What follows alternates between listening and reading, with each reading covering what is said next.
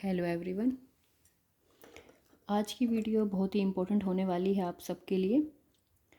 आज की वीडियो में हम डिस्कस कर रहे हैं 3 चैप्टर्स और मिनिमम टाइम मैं आपका लूँगी। वैसे तो मैं आज लाइव आने की सोच रही थी, बट कुछ यूट्यूब का इशू है जिस वजह से मैं आज लाइव नहीं आ पाई। तो मैं आपके लिए एक वीडियो रिकॉर्डेड बना रही हूँ। तो अगर आपका कोई भी एग्ज़ाम है तो उससे पहले ही इसको ज़रूर देखें। It will be very helpful for you. तो स्टार्ट करते हैं बिना टाइम वेस्ट किए। इस वीडियो में मैं जैसे आपको बता ही चुकी हूँ 3 चैप्टर्स हम डिस्कस करने वाले हैं। तो जो हमारा फर्स्ट चैप्टर है दैट इज़ ग्रेविटेशन। वैसे तो ये 8th चैप्टर है हमारा, बट कुछ टॉपिक्स हमारे चैप्टर हमारे डिलीट हो गए हैं, मतलब फर्स्ट चैप्टर। तो कुछ बुक्स में इसको चैप्टर 7 भी दिया हुआ है। ठीक है, तो अभी हम स्टार्ट करेंगे ग्रेविटेशन से।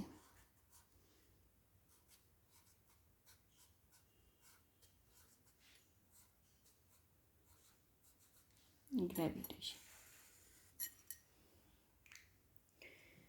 देखो, मेन टॉपिक हम करेंगे। पूरा चैप्टर मैं आपको रिवाइज नहीं करवाने वाली, जो हमारे इसके मेन टॉपिक्स हैं। ग्रेविटेशन में हमारा सबसे पहला ही मेन जो टॉपिक है वो ग्रेविटेशन है कि ग्रेविटेशन होता क्या है।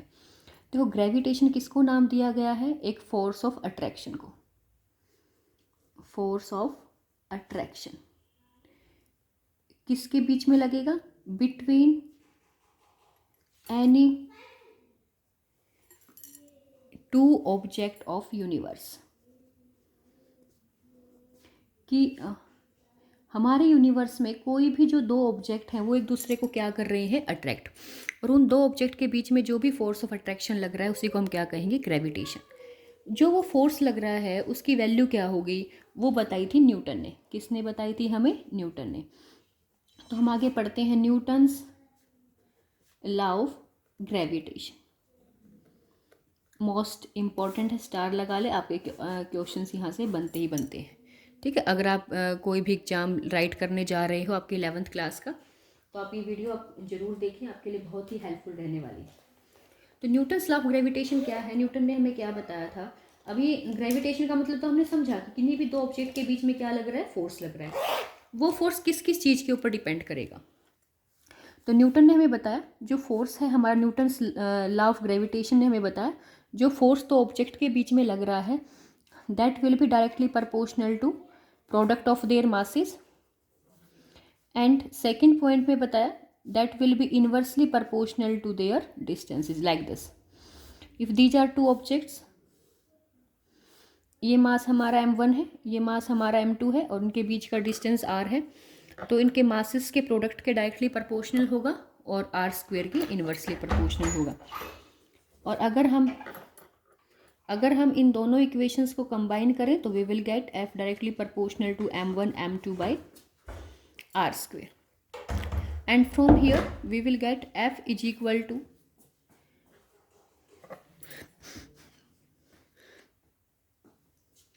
g m1 m2 by r square. g is gravitational constant he.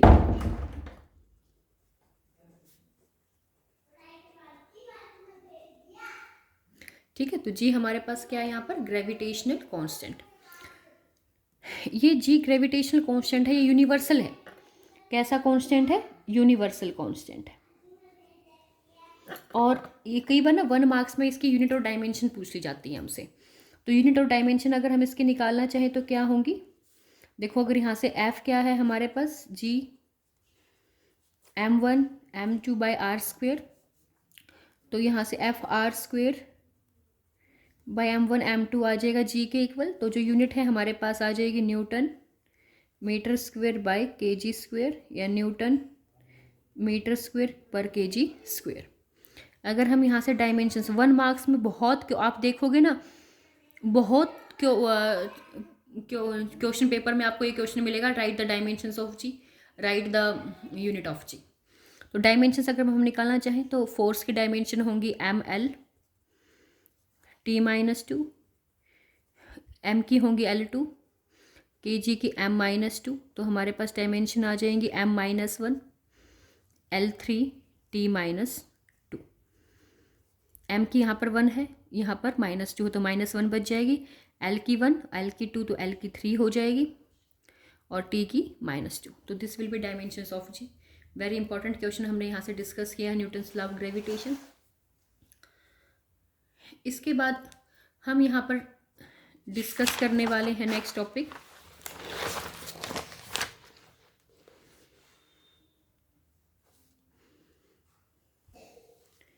Acceleration due to gravity.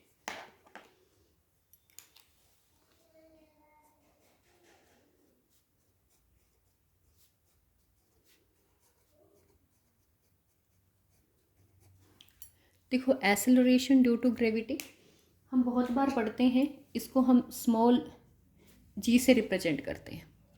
ये क्या होती है कि कांस्टेंट एक्सेलरेशन होती है, constant acceleration produced due to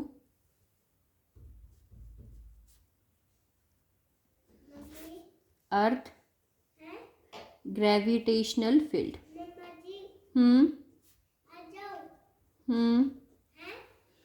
earth due to earth gravitational field. तो अर्थ के ग्रेविटेशनल फील्ड के ड्यू टू जो हमारे पास हमारे ऑब्जेक्ट में कांस्टेंट एक्सेलरेशन आती है, उसको एक्सेलरेशन ड्यू टू हम ग्रेविटी कहते हैं। इसकी जो g की वैल्यू है दैट इज 9.8 मीटर पर सेकेंड स्क्वेयर। तो ये बहुत ज़्यादा इंपॉर्टेंट है, g की वैल्यू 9.8 मीटर पर second square.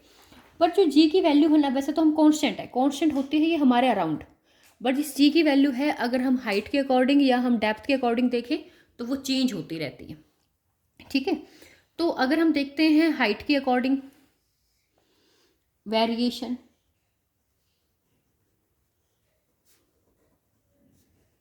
Due to height, कि हाइट के ड्यू टू क्या वेरिएशन होगा। देखो, ये अर्थ है, ये मैंने एक पॉइंट ले लिया ए, यहाँ पर हमारे पास क्या होगा, distance radius of earth are.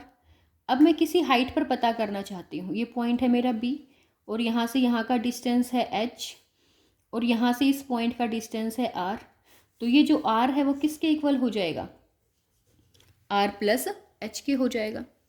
अगर मैं जी की वैल्यू पता करती हूँ ए के ऊपर, जी एट ए, तो वो क्या होगी हमारे पास, G M by r square हो जाएगी, क्योंकि हम पढ़ चुके हैं जी का रिलेशन क्या होता है, स्मॉल जी और कैपिटल जी का relation g M by r square. देखो, this video is only for your revision, तो इसमें हम हर एक टॉपिक नहीं करने वाले, जो मेन इंपॉर्टेंट टॉपिक्स हैं वही हम यहाँ पर डिस्कस करेंगे। तो जी है G M by r square, तो बी के ऊपर वैल्यू क्या हो जाएगी, G M by r plus h का होल स्क्वेयर, या हम मैं जी डैश कहूँ या जी बी कहूँ, किसी भी चीज़ से आप रिप्रेजेंट कर सकते हैं। तो g b by ji a, g M by r plus h का whole square by g M by r square. तो यहाँ से आपके पास वैल्यू आ जाएगी r square by r plus h का स्क्वेयर। तो अब हम देखेंगे आर स्क्वेयर, यहाँ से भी आर स्क्वेयर अगर हम कॉमन लें तो क्या बचेगा, r plus 1 plus h by r का स्क्वेयर कट जाएगा, तो 1 प्लस एच बाई आर की पावर -2। अगर हम यहाँ पर बाइनोमियल लगा के सॉल्व करते हैं तो क्या आ जाएगा, 1 - 2h बाई आर। तो ये हमारे पास वेरिएशन है जी बी और जी ए में, that is 1 - 2h by are. तो कई बार क्वेश्चन आता है कि हाइट के साथ जो ग्रेविटी है वो इंक्रीज होती है या डिक्रीज होती है। तो देखो, हम 1 में से क्या कर रहे हैं, कुछ ना कुछ माइनस कर रहे हैं, तो हमारी जो ग्रेविटी है वो क्या होगी, डिक्रीज होगी। ठीक है, इससे आगे वाला जो कंसेप्ट है हमारे पास वो है effect of depth on gravity, कि ग्रेविटी के ऊपर डेप्थ से क्या इफेक्ट पड़ता है।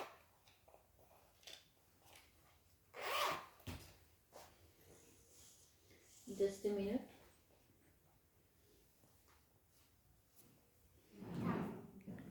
पेन का है कलर वाला दूसरा, कौन सा कलर वाला, पेन को बोलो। तो नेक्स्ट है effect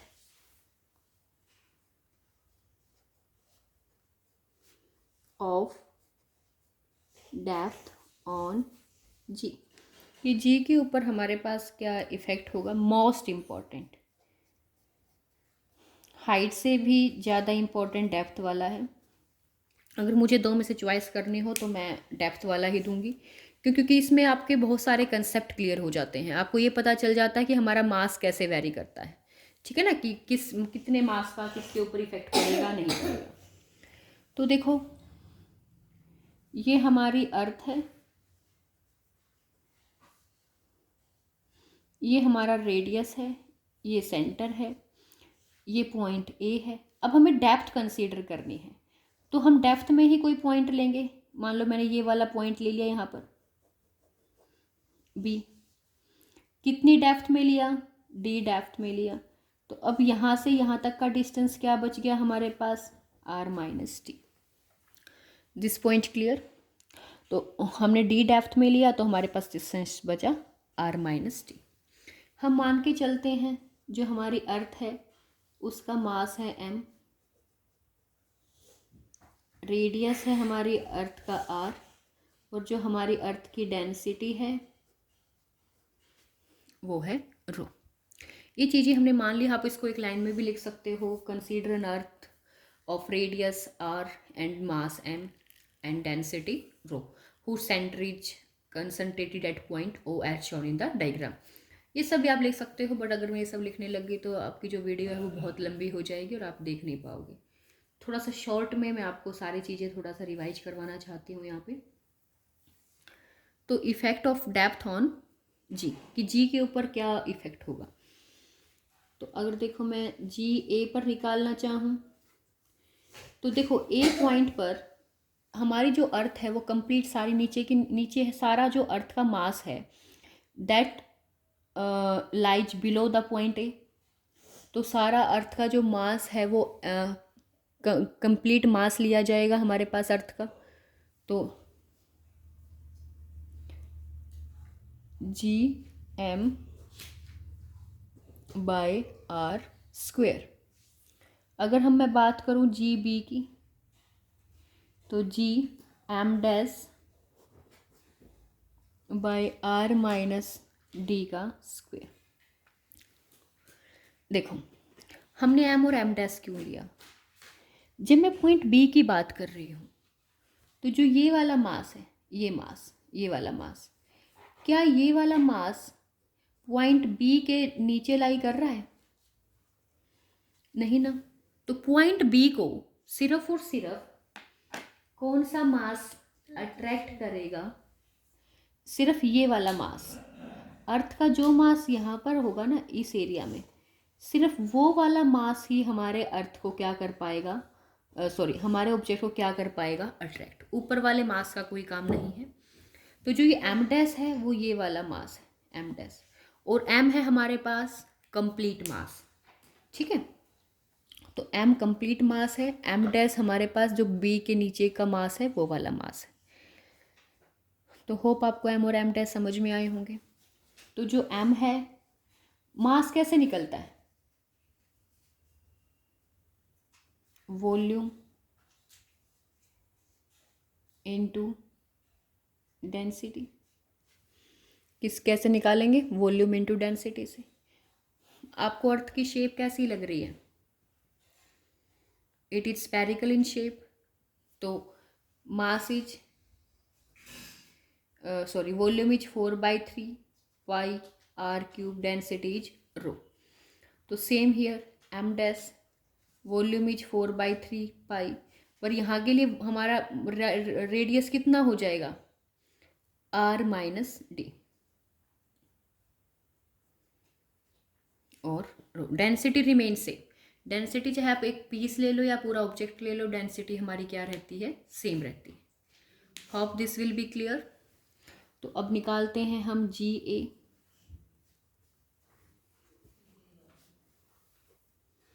4/3 pi r cube rho by r square. तो यहाँ से हम कट कर देंगे तो हमारे पास वैल्यू आ जाएगी 4/3 जी पाई आर रो। सेम जब हम जी भी निकालेंगे तो हमारे पास वैल्यू आ जाएगी 4/3 g pi r minus t रो। ठीक है, क्योंकि हम आर की जगह क्या आ जाएगा, आर माइनस टी का क्यूब, और नीचे क्या आ जाएगा, आर माइनस टी का स्क्वायर, वही कट जाएंगे तो ऊपर आर माइनस टी बच जाएगा रो। सेम थिंग, तो g b by ji a 4/3 g pi r minus t rho 4/3 g pi r rho. सब कट जाएगा यहाँ से, तो हमारे पास जी बी बाई जी ए बचेगा r minus T by are, तो 1 माइनस डी बाई आर। तो देखो जो हमारी जो जी बी बाई जी ए है वो भी क्या है 1 माइनस टी बाई आर, मतलब हम कुछ ना कुछ क्या कर रहे हैं, डिक्रीज कर रहे हैं। तो यहाँ भी हमारी जो ग्रेविटी है वो क्या हो रही है, डिक्रीज। तो क्या हमने क्या समझा, ये अर्थ है, ये सेंटर है, ये सरफेस है। अगर सरफेस से ऊपर जाएंगे तो भी डिक्रीज, नीचे आएंगे तो भी डिक्रीज, और इस सेंटर पे जीरो। तो कई बार क्वेश्चन आ जाता है at what point the acceleration due to gravity zero, कि किस पॉइंट पर एक्सेलरेशन ड्यू टू ग्रेविटी हमारी जीरो होती है। तो वो पॉइंट होता है हमारा centre of earth. Centre of earth के ऊपर हमें कोई अट्रैक्शन फील नहीं होती, तो हमें अर्थ का सरफेस अट्रैक्ट नहीं कर रहा होता, हमें अर्थ का सेंटर अट्रैक्ट करता है। ये बात आपको बिल्कुल ध्यान से समझनी है, ठीक है। होप आपको समझ में आ गया होगा इफेक्ट ऑफ डेप्थ ऑन जी। इसके आगे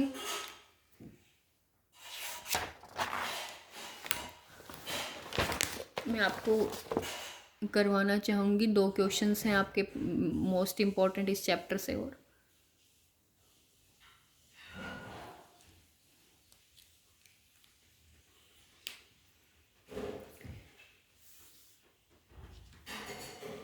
वो है हमारे पास, एक है ऑर्बिटल स्पीड,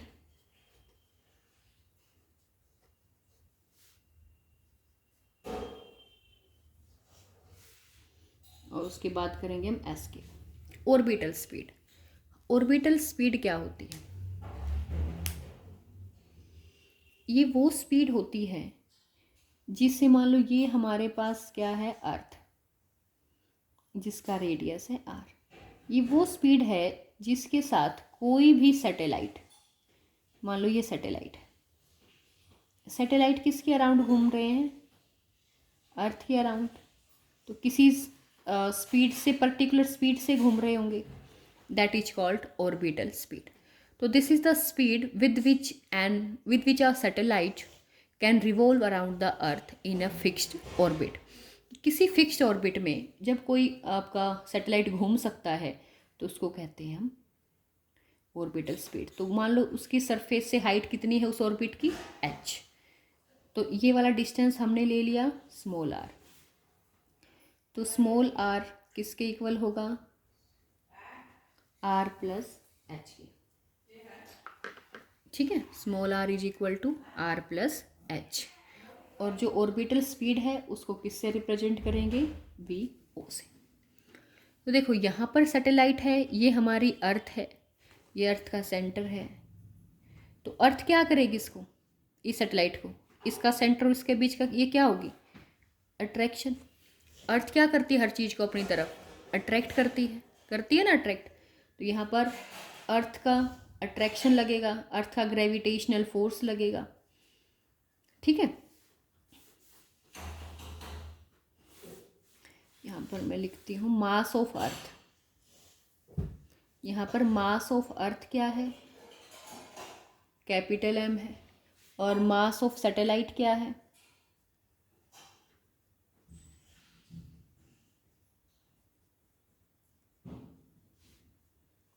स्मॉल m है। तो ग्रेविटेशन का फोर्स क्या कहता है, Gm/m, दोनों के बीच में डिस्टेंस क्या है, स्मॉल r, तो Gm/m/r²। हमें तो डिस्टेंस किसका देखना है, सैटेलाइट का देखना है। कहाँ से देखना है, सेंटर ऑफ अर्थ से देखना है। यहाँ पर बच्चे इस आर में बहुत प्रॉब्लम क्रिएट करते हैं, वो कहीं यहाँ पर कैपिटल आर ले लेते हैं भूल के, ठीक है। आपको वो गलती नहीं करनी है, क्योंकि ग्रेविटेशनल फोर्स हमें कहता है it is the force between any two objects. तो दो ऑब्जेक्ट के बीच का ही डिस्टेंस लेना है, it will be taken from the centre of the earth, ठीक है। अब देखो इन दोनों के बीच में ग्रेविटेशनल फोर्स तो हमने लगा दिया, बट इस सैटेलाइट को ऑर्बिट में घूमने के लिए किस तरह के फोर्स की रिक्वायरमेंट पड़ेगी। कोई भी चीज सर्कल में कब घूमती है, उसके पास कैसा फोर्स होना चाहिए सर्कल में घूमने के लिए?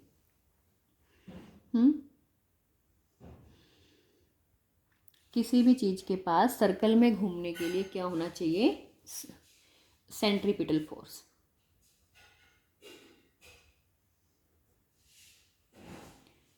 सैटेलाइट रिक्वायर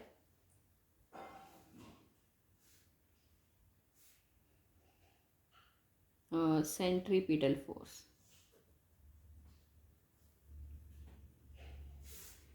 ठीक है। सेंट्रीपिटल फोर्स की रिक्वायरमेंट, सेंट्रीपिटल फोर्स का formula F is equal to mv² by are.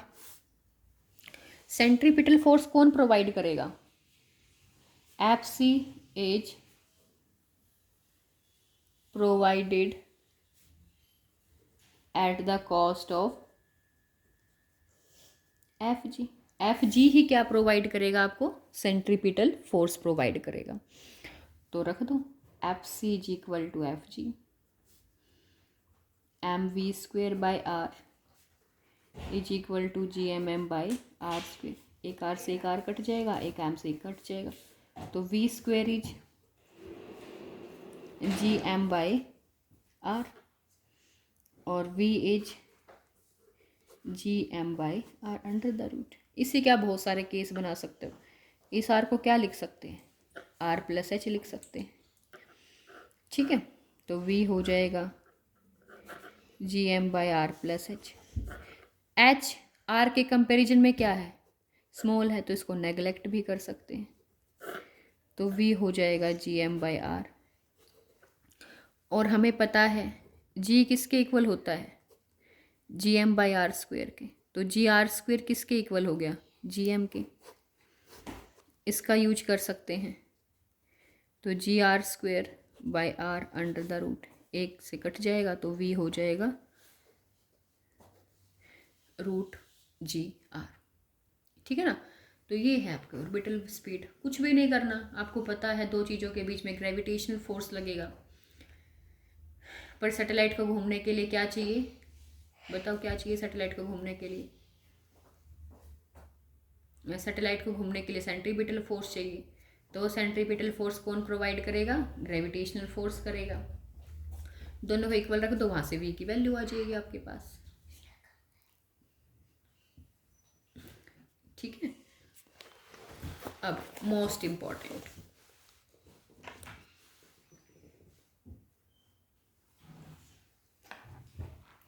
अब हम आगे करने वाले हैं एस्केप स्पीड।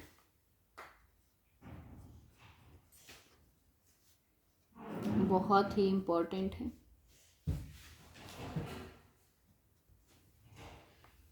ठीक है। देखो एस्केप का मतलब क्या होता है? बच के निकलना, है ना। पता होगा इंग्लिश में जो मीनिंग होता है एस्केप वर्ड का मतलब होता है बच के निकलना। देखो ये अर्थ है,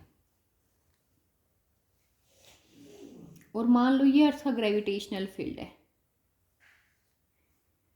ये सेंटर है, ये अर्थ की सरफेस है। मुझे किसी ऑब्जेक्ट को इतना ऊपर फेंकना है, इतनी हाई स्पीड से फेंकना है कि वो अर्थ की ग्रेविटेशनल फील्ड को क्या कर जाए? क्रॉस, इस फील्ड को क्रॉस कर जाए। जब वो इस फील्ड को क्रॉस कर जाएगी तो वो कभी भी हमारे अर्थ के ऊपर वापस नहीं आएगी, ठीक है ना।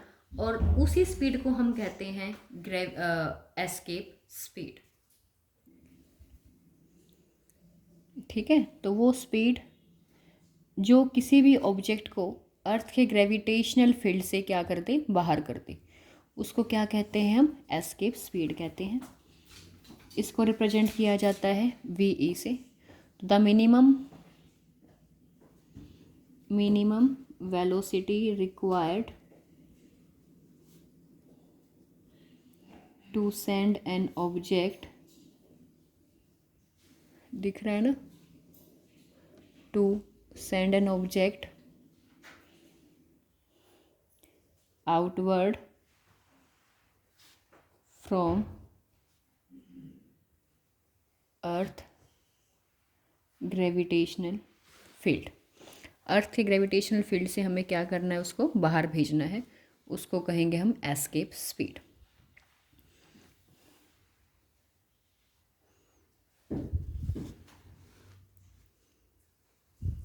ठीक है, तो अब देखो यहाँ से यहाँ ये डिस्टेंस क्या है हमारा r। तो मान लो हम पहले, अब हम इसके लिए एक्सप्रेशन करेंगे। देखो अब हमें ऑब्जेक्ट को ऊपर भेजना है, ग्रेविटेशनल फील्ड को क्रॉस करवाना है। क्रॉस करवाना है तो उसके लिए हमें इसको क्या देनी पड़ेगी, एनर्जी देनी पड़ेगी। एनर्जी किस फॉर्म में देंगे, काइनेटिक एनर्जी की फॉर्म में देंगे, है ना। बट हम क्या करेंगे, वर्क डन करेंगे ना कोई ना कोई। हमें वर्क डन करना कहाँ से है, इस डिस्टेंस r से लेकर के ऑब्जेक्ट को कहाँ भेजना है, इन्फिनिटी पे। डिस्टेंस r से लेकर के ऑब्जेक्ट को कहाँ भेजना है, हमें इन्फिनिटी पे भेजना है। डायरेक्ट हम ये वर्क डन नहीं निकाल सकते, तो उसके लिए हमने कोई भी दो पॉइंट ले लिए। ये मान लो ये वाला पॉइंट है मेरा a, मुझे ऑब्जेक्ट को a से इन्फिनिटी पर भेजना है। a का जो डिस्टेंस है वो यहाँ से लेकर के यहाँ तक का डिस्टेंस मेरा r है, और ऊपर तक क्या है, इन्फिनिटी। तो a से लेकर के इन्फिनिटी पर भेजना चाहती हूँ, तो वर्क डन पहले हम निकाल लेंगे b से लेकर के c तक का। वो डिस्टेंस मान लिया हमने dx। तो o से इसके कोई एवरेज डिस्टेंस b और c बहुत ही नियरर पॉइंट है, तो वो डिस्टेंस ले लिया हमने x। ठीक है, तो work done from b to c is, तो dw क्या होता है, एफ डी एक्स। एफ की वैल्यू क्या होगी, जी एम, किस ऑब्जेक्ट को भेज रहे हैं, एम को, कितने डिस्टेंस पर है, एक्स पर, है ना। अभी तो एक्स पर है ना। जो बी और सी का जो मैंने इनको बिल्कुल पास पास ले लिया, तो जो इनकी एवरेज डिस्टेंस है वो क्या ले लिया हमने, एक्स ले लिया। तो G M M by X square into D X, तो ये डी डब्ल्यू है। अब मुझे निकालना क्या है, वर्क डन। कहाँ का, work done from A to infinity H, A से इन्फिनिटी तक का वर्क डन हमें निकालना है। तो इसको हम क्या करेंगे, इंटीग्रेट कर देंगे। G M M by X square D X, कहाँ से कहाँ तक, ए का डिस्टेंस कितना है ओरिजिन से, आर, और कहाँ पर लेके जाना है, इन्फिनिटी पे, तो आर से इन्फिनिटी पे। तो डी डब्ल्यू का इंटीग्रेशन डब्ल्यू, जीरो से डब्ल्यू, ये सारी चीज़ें हमारे पास कांस्टेंट हैं, तो बाहर आ जाएंगी। R to infinity 1/x square D X, तो यहाँ पर लिमिट पुट करेंगे, डब्ल्यू ही आ जाएगा, G M M minus 1/x, R से इन्फिनिटी। तो जी एम एम, अब माइनस को बाहर ले लेते हैं, तो 1/इन्फिनिटी माइनस 1/r, तो माइनस जी एम एम, 1/इन्फिनिटी जीरो हो जाएगा, और माइनस 1/r, तो वर्क डन आ जाएगा, माइनस से माइनस कट जाएगा, G M M by R. ठीक है, और शुरू में ही मैंने बताया था हम ये वर्क डन किस फॉर्म में करेंगे, काइनेटिक एनर्जी की फॉर्म में करेंगे, है ना। क्योंकि हमें क्या करना है, चीज़ को ऊपर भेजना है, तो हम उसको क्या देंगे, काइनेटिक एनर्जी देंगे। तो half M V square G M M by are, तो एम से एम कट जाएगा, तो 2 थर्मल वी स्क्वेयर आ जाएगा, 2 G M by R under the root. ठीक है, तो आप यहाँ से ये चीज़ भी पढ़ सकते हैं। It's very important, very important. अब मैं लिखवाई दिया मोस्ट इम्पॉर्टेंट, तो आपको ये अच्छे से करना है। ठीक है, तो चैप्टर 8 से हम यही टॉपिक्स लेंगे। अब नेक्स्ट टॉपिक है हमारा मैकेनिकल प्रॉपर्टीज ऑफ सॉलिड्स। तो उसमें अब हम मैकेनिकल प्रॉपर्टीज ऑफ सॉलिड्स जब हम पढ़ते हैं, तो हमारा जो फर्स्ट टॉपिक आता है वो इलास्टिसिटी का आता है। कौन सा आता है, इलास्टिसिटी। है ना, हमने पढ़ा था इलास्टिसिटी क्या होती है, to regain their shape after removal of deforming force, है ना, रिगेनिंग ऑफ शेप।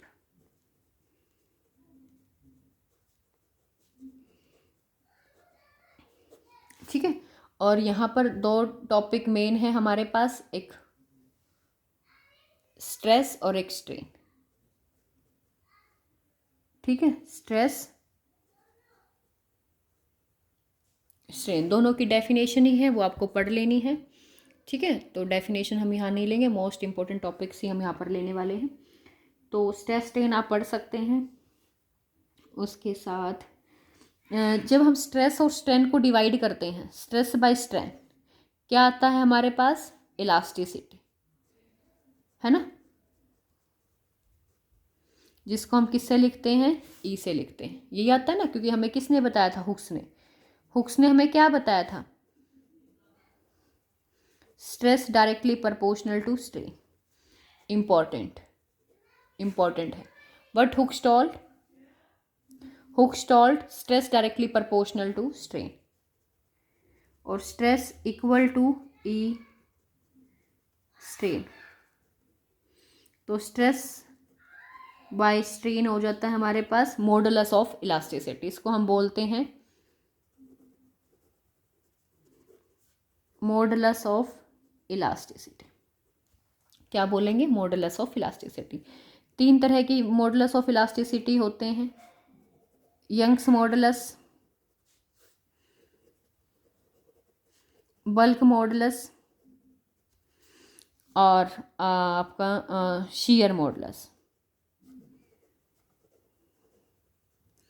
और ये सबसे ज़्यादा इम्पोर्टेंट है हमारा, क्यों है, क्योंकि इसके साथ एक और चीज़, एक और पॉइंट जुड़ा होता है, कंप्रेसिबिलिटी। इसको रिप्रेजेंट करते हैं सी से। जो कंप्रेसिबिलिटी होती है that is 1 by bulk of modulus, या मैं कहूँ bulk modulus is reciprocal of compressibility. ठीक है ना, तो ये आपका, तो कई बार पूछ लेते हैं कि वैल्यू ऑफ सी, कि सी की क्या वैल्यू होगी फॉर रिजिड बॉडीज। जो रिजिड बॉडी होती है, रिजिड कैसी, जैसे आपकी टेबल है या आपका बेड है, उसके लिए इस बी की वैल्यू क्या होगी, सी क्या है, compressibility.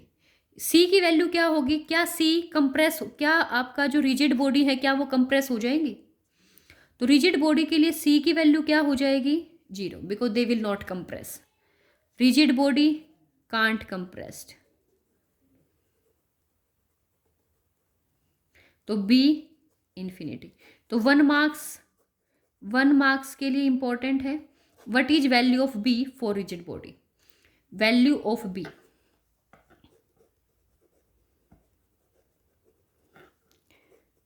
For rigid bodies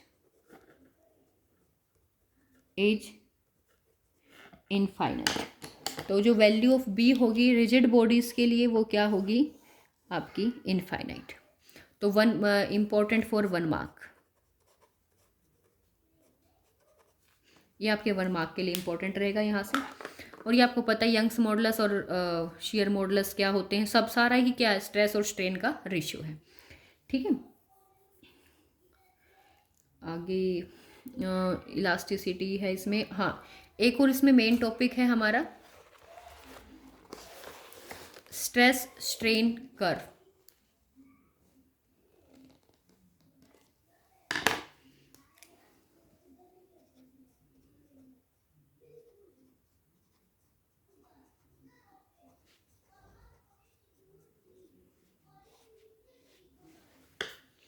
stress strain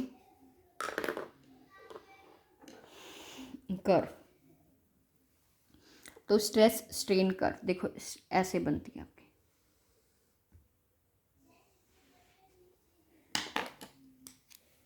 यहाँ पर हमारा रहेगा स्ट्रेन और इधर रहेगा हमारा स्ट्रेस।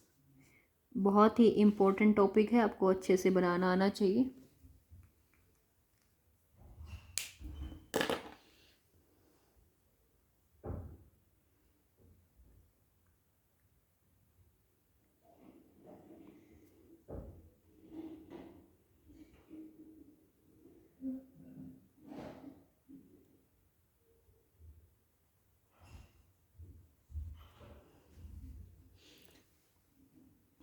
ये आपका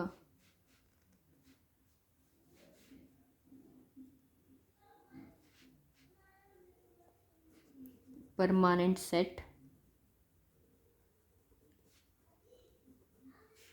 और हम इसको कह सकते हैं permanent strain. Diagram is most important. तो देखो ये स्ट्रेस स्ट्रेन कर्व क्या है। जैसे ही हम ऑब्जेक्ट के ऊपर स्ट्रेस अप्लाई करेंगे, स्ट्रेस का मतलब क्या होता है, फोर्स बाय एरिया। अगर किसी चीज़ पर फोर्स लगाओगे तो उसकी शेप में कोई ना कोई तो चेंज आएगा ना, तो बस वो वही हमें यहाँ पर पढ़ना है। तो जब भी हम किसी ऑब्जेक्ट के ऊपर स्ट्रेस लगाते हैं तो उस ऑब्जेक्ट की डायमेंशंस में कोई ना कोई चेंज आता है, तो वहाँ पर स्ट्रेन आ जाता है। देखो ओ से लेकर के अगर मैं बात करूँ इस पॉइंट की, ए पॉइंट की, ओ से लेकर के ए पॉइंट तक जो हमारा हुक्स लॉ है, हुक्स लॉ ओबे, हमारा हुक्स लॉ ओबे हो रहा है। कहाँ से कहाँ तक, ओ से लेकर के ए पॉइंट तक। आगे हम मान लो मेरा ए से ये पॉइंट है बी। जब हम ए से बी में जाते हैं, ए टू बी, हम स्ट्रेस, स्मॉल स्ट्रेस, थोड़ा सा स्ट्रेस प्रोड्यूस, बिल्कुल ऐसे पॉइंट्स में याद करोगे तभी हो जाएगा। Small stress produce large strain. Strain क्या आता है हमारे पास, ज़्यादा आने लग जाता है ना। और जब हम अगर बी से मैं डिफॉर्मिंग फोर्स को हटा दूं, बी के बाद अगर हम डिफॉर्मिंग फोर्स को हटा दें तो क्या होगा, हमारा जो ऑब्जेक्ट है वो बी ए ओ को फॉलो नहीं करता। B A O not followed. B A O जो पाथ है हमारा वो फॉलो नहीं किया जाता, तो कौन सा पाथ फॉलो किया जाता है, B O dash path followed. ये पाथ हमारा फॉलो किया जाता है। तो हमारे पास जो ये ओ ओ डैश क्या है, तो इसका मतलब अब जो हमारा ऑब्जेक्ट है वो ओ पर नहीं आया वापस, वो कहाँ पर आके रुक गया, ओ डैश पे। फॉर एग्जाम्पल हमारा जो स्प्रिंग था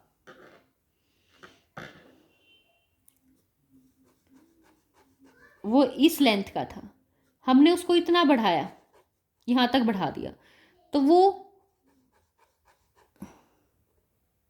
यहाँ पर आकर के रुक गया।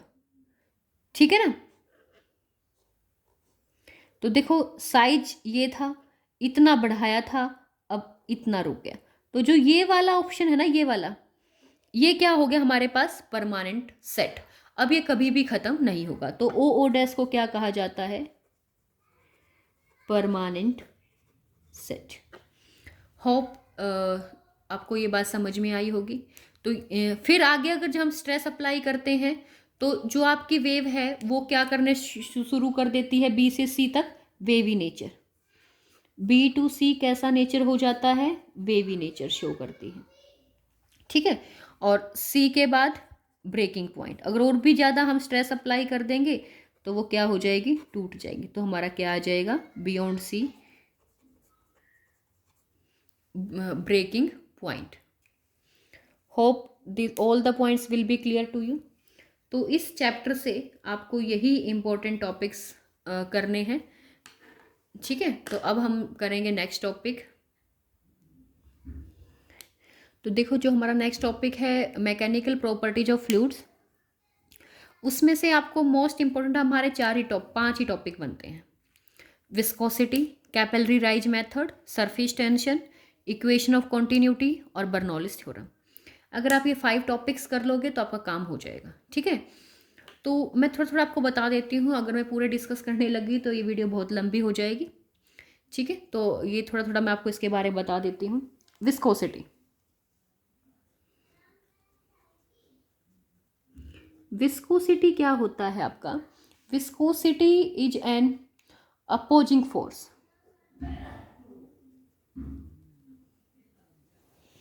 ये क्या है हमारा, अपोजिंग फोर्स है। किस में लगता है, इन लिक्विड में, जो लिक्विड के फ्लो को रोकता है उसको हम क्या कहते हैं, विस्कोसिटी कहते हैं।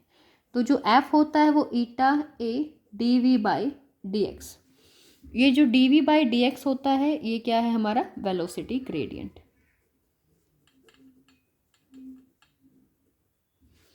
और ईटा क्या है? Coefficient of viscosity.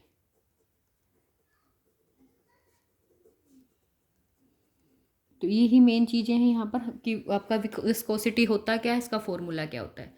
तो viscosity is an opposing force which oppose the motion of the liquids, और आपका जो ईटा है that is a coefficient of viscosity.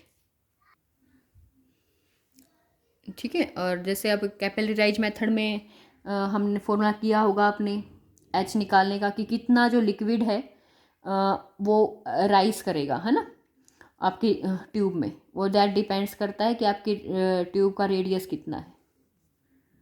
Comment सभी जो इसका फॉर्मूला है वो मुझे कमेंट बॉक्स में बताएंगे, ठीक है, कि क्या फॉर्मूला है। ठीक है, और आपको उसका डेरिवेशन बहुत अच्छे से करना है। नेक्स्ट है सरफेस टेंशन, बहुत ही इंपॉर्टेंट टॉपिक है। सरफेस टेंशन को हम टी से रिप्रेजेंट कर देते हैं, एस से भी रिप्रेजेंट कर देते हैं। That is force per unit length. It is independent on area. कई बार पूछा गया है क्वेश्चंस में कि क्या ये किस जो आपका सरफेस टेंशन है वो लेंथ पर डिपेंड करता है, एरिया के ऊपर करता है। तो surface tension is independent on area. Area के ऊपर क्या रहेगा? इंडिपेंडेंट रहेगा। नेक्स्ट देखिए कि सरफेस टेंशन अगर हम टेम्परेचर, देखो टेम्परेचर को इंक्रीज करेंगे तो जो हमारा सरफेस टेंशन होगा वो डिक्रीज होगा। क्या होगा? Surface tension decrease. Most important है ये। जैसे ही टेम्परेचर को इंक्रीज करोगे सरफेस टेंशन डिक्रीज हो जाएगा। इम्प्योरिटी, जैसे ही हम इम्प्योरिटी को इंक्रीज करेंगे, अगर वो इम्प्योरिटी सोल्यूबल है, कैसी इम्प्योरिटी है? सोल्यूबल है, तो सरफेस टेंशन भी हमारा इंक्रीज। सोल्यूबल का मतलब जैसे सॉल्ट है, जैसे शुगर है, तो सरफेस टेंशन क्या हो जाएगा? इंक्रीज। अगर इनसोल्यूबल इम्प्योरिटी है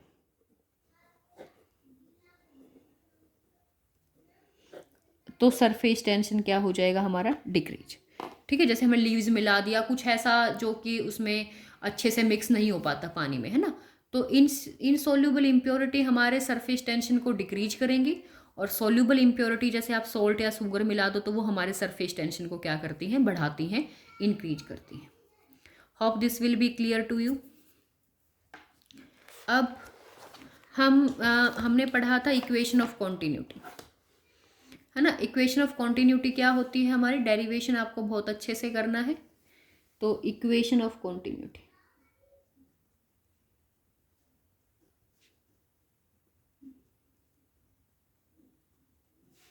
ए V is equal to constant.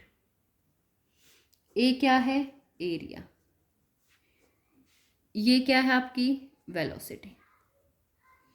तो A inversely proportional to velocity. मतलब अगर किसी ट्यूब का एरिया ज़्यादा होगा तो वॉल्यूम कम होगी, वॉल्यूम ज़्यादा होगा तो एरिया कम हो, सॉरी वॉल्यूम नहीं, वेलोसिटी। अगर एरिया ज़्यादा है तो पानी की वेलोसिटी कम होगी, एरिया कम है तो पानी की वेलोसिटी बढ़ जाएगी। This is equation of continuity. Next है Bernoulli's theorem, most important.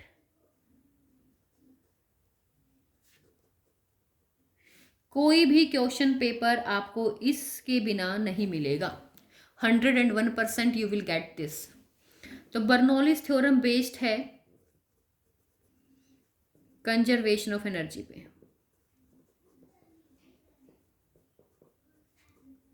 Most important for 1 mark, ठीक है ना।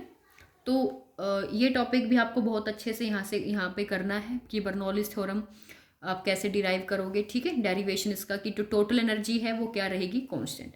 मतलब आपकी pressure energy plus kinetic energy plus potential energy is equal to constant. ये सारी एनर्जी क्या आएगी? कांस्टेंट। बट हम यहाँ पर क्या लेते हैं? Total energy per unit mass a remain constant. तो जो आपकी बर्नौली थ्योरम है वो बताती है total energy per unit mass is constant. तो यहाँ पर हमारे पास जो फॉर्मूला आता है वो आता है P/ρ plus 1/2 V² plus GH is equal to constant. ठीक है, तो आपको ये भी बहुत अच्छे से करना है। वैसे 45 मिनट्स हो चुके हैं, अगर मैं आपको डिराइव कराऊंगी तो क्लास बहुत लंबी हो जाएगी and you will feel bore when you will watch the video. वैसे तो मैं आज लाइव क्लास लेने वाली थी, बट प्रॉब्लम बहुत ज़्यादा है। लाइव क्लास में थोड़ा सा बच्चे का भी इंटरेस्ट बनता है, टीचर का पढ़ाने का भी बनता है, बट कोई बात नहीं, नो इशू। बट आपको लास्ट तक वीडियो को जरूर देखें, आपके लिए बहुत हेल्पफुल रहने वाली है। अगर आप किसी भी कोई भी एग्ज़ाम दे रहे हो, 11th क्लास आपका यूटी है, चाहे चाहे आपका कोई और एग्ज़ाम है, ठीक है। Thank you.